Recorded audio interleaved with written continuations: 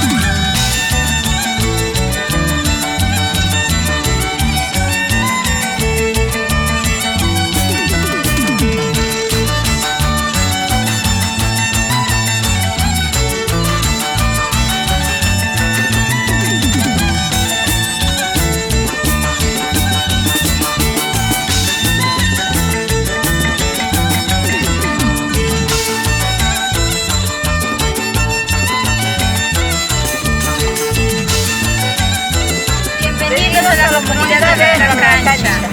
Como podemos ver, nos encontramos en la laguna de Yamagocha, a 20 minutos de la comunidad de Raracancha. Como podemos ver, en esta laguna podemos observar bastante truchas, también podemos nadar y también podemos encontrar las flores. Como las flores que existen alrededor de la laguna Yamagocha son la lima lima, sumaysuncho, palapala, oscoco y otros.